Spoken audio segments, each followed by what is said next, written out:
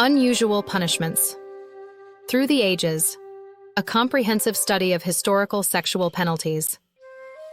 Throughout history, punishment for sexual offenses has often been deeply intertwined with social norms, cultural values, and legal systems. Some of these punishments may seem bizarre or extreme by modern standards, reflecting how different societies have dealt with issues of sexuality and morality.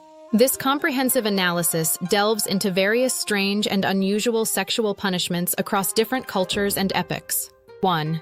Ancient Mesopotamia. In ancient Mesopotamia, legal codes such as the Code of Hammurabi provided some of the earliest recorded examples of legal punishments related to sexual conduct. While most of the punishments in Mesopotamia were pragmatic, a few can be considered peculiar. Adultery. Under the Code of Hammurabi, adultery was a serious offense. Both parties involved, especially the woman, faced harsh consequences. Punishments could include drowning or being burned alive, a grim reflection of the severity with which such acts were viewed. Excessive punishment.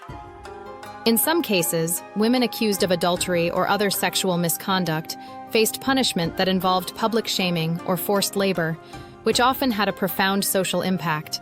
2. Ancient Greece.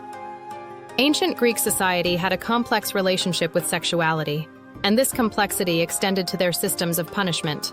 Athenian society. In Athens, sexual offenses could lead to various forms of punishment. For example, a man who committed incest might be publicly humiliated or ostracized. However, the nature of these punishments was often less about physical harm and more about social stigma and exclusion. Public humiliation. Punishments often involved public shaming, such as being forced to wear identifying marks or being paraded through the streets, which was designed to demean and ostracize the offender. 3. Ancient Rome. Roman law incorporated several unusual forms of sexual punishment. Poena culae.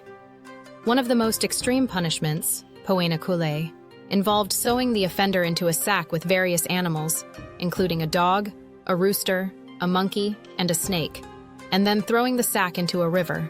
This punishment was reserved for the most severe offenses, including incest and other grave sexual crimes.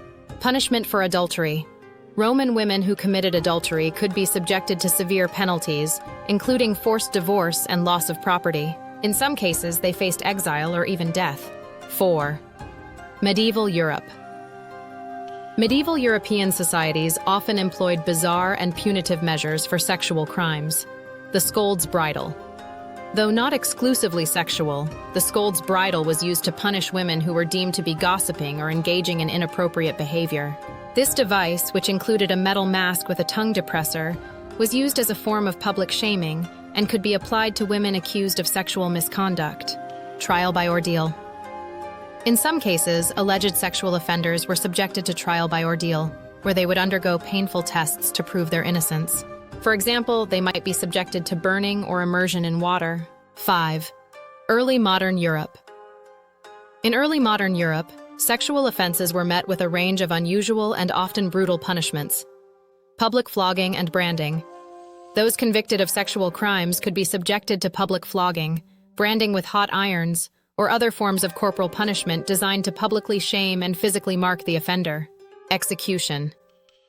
In some cases, especially for crimes such as rape or incest, the punishment could be death by hanging or burning at the stake, reflecting the extreme social and legal condemnation of such offenses. 6. Colonial America. During the colonial period in America, the punishment for sexual offenses could be particularly severe. Pillory and stocks. Offenders might be placed in a pillory or stocks where they would be publicly humiliated. Sexual offenders, including those convicted of fornication or adultery, could be forced to endure public exposure and verbal abuse from the community. Whipping and banishment. Whipping was a common punishment for various offenses, including sexual crimes, while banishment was also used as a form of exile for those considered morally corrupt. 7. Imperial China.